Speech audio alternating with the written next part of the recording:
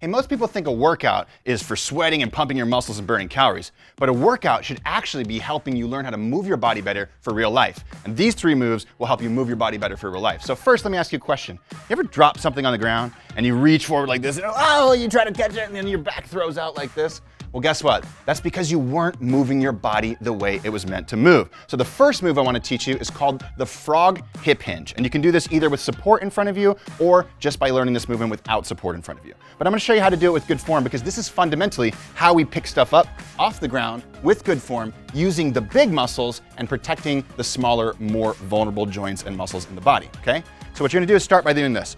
Start by taking a nice wide stance over whatever it is that you're trying to pick up, and your toes should be turned outward, okay? This way we have a lot of space for our body to come between our hips. Now, number 2, and especially if you have painful knees, make sure as you come down, your knee is going the same direction as your toes. A lot of people have a tendency to want to cave their knee in relative to their toe, and that puts a lot of pressure on the sides of your knees, which can wear down your meniscus and hurt your body. So make sure as you go down, those knees go over toes. For most people, that means pushing your knees out like this, okay?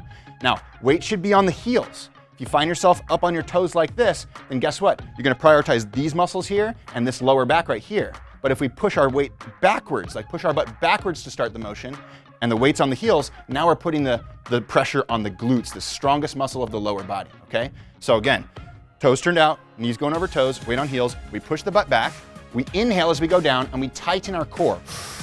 Keep our tummy muscles tight. And as we come down, we allow our knees to bend to whatever we need to. We grab the object, we keep the core tight, we can even hold the breath if we want to, and then we stand up, and as we finish the motion, then we're able to exhale and repeat the motion, okay?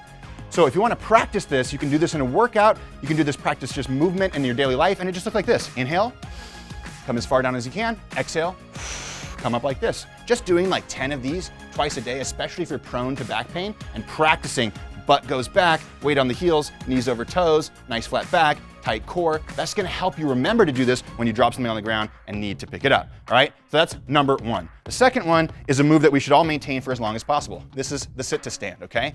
Once we lose the strength to be able to go boom from a chair like this, well, guess what?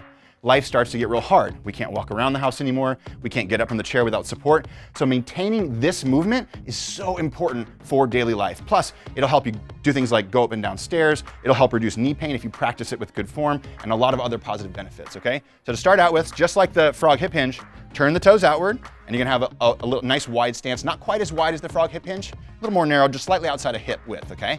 Knees go the same direction as your toes. Same thing, weight goes in the heels. Now this one, you're gonna bow forward, and you're gonna try to not round your back forward like this, okay? You can either put your hands on your knees or out in front of you. You're gonna press into the heels, and you're gonna lean your body forward first, and try to feel this glute muscle extending the hips, just like we did with the frog hip hinge. The goal is not to come forward and bring your knees all forward and knock them together like this and use your quad muscles and put too much pressure on your knees. The goal is to come forward with your torso and then extend through the heels and the hips using these big movers right here.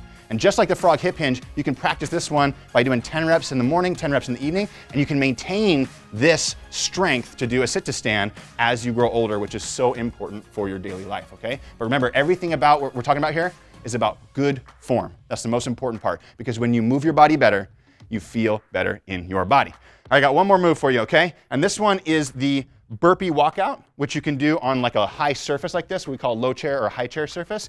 This is gonna help you strengthen your core and teach you basically how to come down to the ground and then be able to come back up from the ground if you practice it enough, okay? So it starts like this. You're gonna hinge forward from the hips, just like we did in the sit to stand or the frog deadlift. Put your hands on a nice surface like this. Grip the ground with your fingers. That's gonna help strengthen your wrists and your fingers so that way you don't end up with a lot of wrist pain. Walk one foot back, walk the other foot back. Squeeze the glutes and core. So don't let your back sag like this or your butt stick out, and don't let your hips sag down like this. It's gonna put pressure on your lower back. So squeeze the glutes and core, right? Just like this.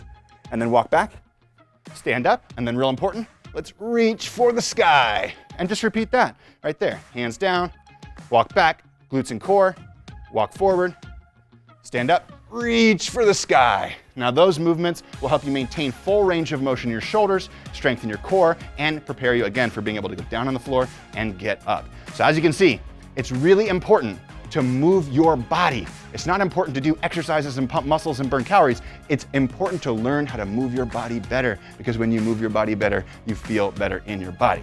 By the way, if you like these moves, then you're gonna love the We-shaped workouts that we create, because we create personalized at-home workouts for all of our members. If you wanna try one for free, all you gotta do is click the link below.